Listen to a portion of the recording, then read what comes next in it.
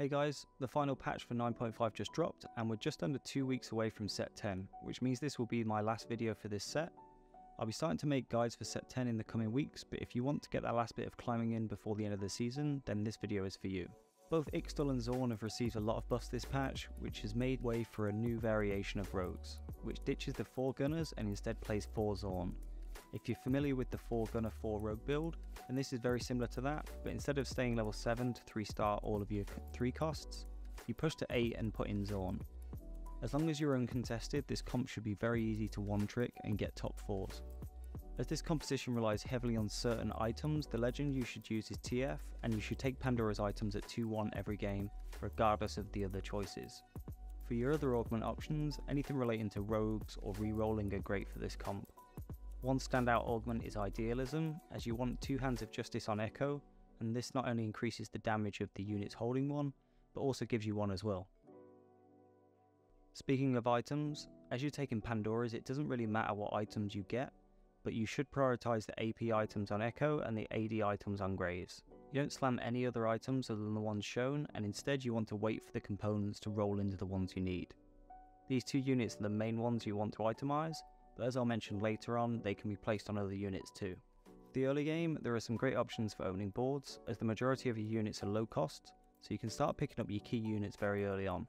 My personal favourite is the Milio Graves Qiyana opener, as Milio stuns the frontline unit whilst damaging the backline, allowing your rogues to get easy kills. In regards to levelling, as this is a reroll comp, you want to stay at level 3 at 2-1 instead of levelling, and rather econ until 3-2. Using any excess gold to level up. Similarly to standard leveling, at 3-2 you want to be level 6, but instead of stabilizing and continuing to level 7, you want to stay at level 6 and roll any excess gold over 50 to 3-star as many carries as you can. Once you hit at least 2 3-star carries, you can then go back to standard leveling. If you don't manage to 3-star Graves and Echo and instead manage to 3-star Qiyana or Katarina instead, then you can look at itemizing those with the same AD items going on Qiyana and AP items going on Katarina. Late game with rogues is all about positioning. Every round you want to be looking at who you're potentially fighting next and then moving your main carries to the side of the board that the enemy backline carries are on, so that your rogues jump to them during the fight. The majority of rounds at Diamond and below can be won simply by putting your rogues on the right side, so make sure you're doing this every round. This is another strong comp made even stronger this patch with buffs to both Bilgewater and Freljord, the 2 key traits of this composition. This is a great composition if you struggle in the early to mid game, as this has 2 very safe options to play into the later stages of the game. The idea of the composition is to use Nilah to damage the entire board by giving her 2 Ragefire cannons to increase the range of her attacks and the ability. Similar to Xorn rogues, items are very important in this composition, which is why you'll need to take TF Legend and take Pandora's items at 2-1. This build just doesn't come online without at least 1 RFC on Nilah, and is only really strong when she has 2, as it allows her to hit nearly the entire board with her ability. Without Pandora's items, you're really going to struggle guaranteeing 1 RFC, let alone 2.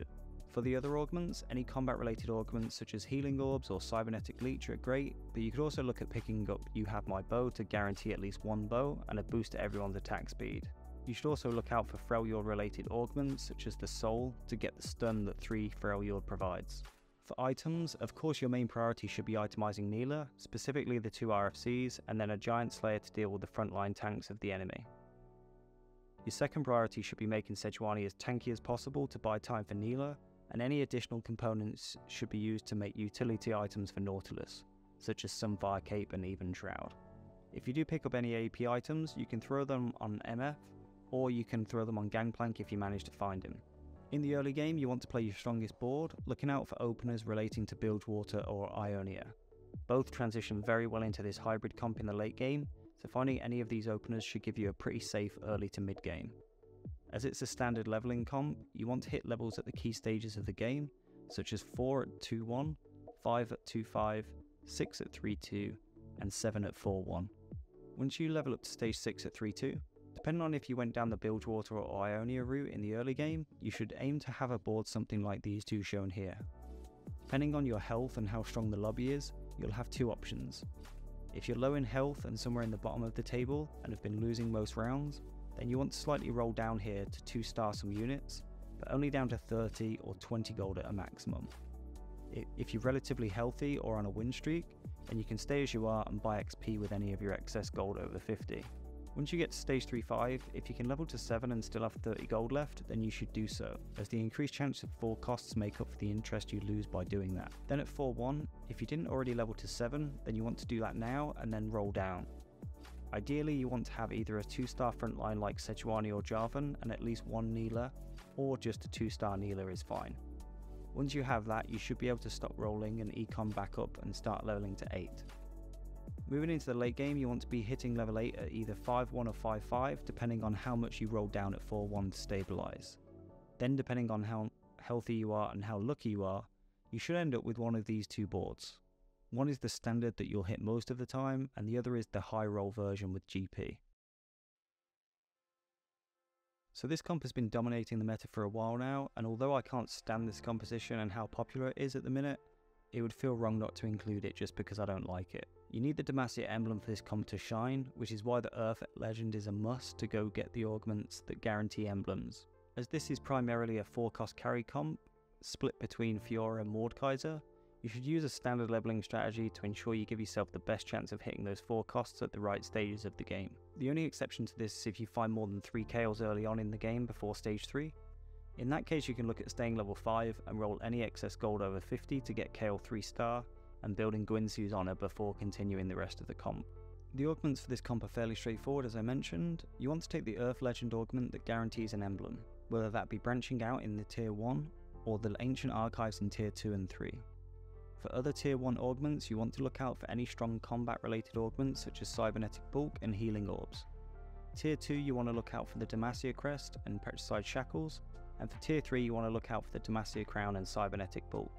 For items, you want to prioritise Fiora and Mordekaiser, ensuring you only place 2 items on both of them so that they become elite and get a free Radiant item. For Fiora, she wants the Bloodthirster and Titans, and for Mordy wants the Demacia Emblem and QSS. Survivability is a must for Fiora, as she's going to be dashing around the board making her a target for the entire backline, so you should prioritise BT and Titans over everything else, and any additional items should go on to Quinn. For the early game, as this is using standard leveling, you want to play your strongest board that you have available, but also one that will make it easy to transition to 7 Demacia later into the game. Here are 4 openers which are great for this comp, and all of them should be strong enough to at least win a few rounds without bleeding out and going into the mid game. Similar to the Bilgewater Nilah comp, try to hit your econ thresholds whenever you can, whilst also making sure you level up to 4 at 2-1, 5 at 2-5, 6 at 3-2, and 7 at 4-1. As this is a high cost carry board, you want to increase your chances of seeing these high cost units in your shop as soon as possible. Once you level up to 6 at stage 3-2, you should aim to have a board something like these two shown here. Depending on your health and how strong the lobby is, you'll have 2 options.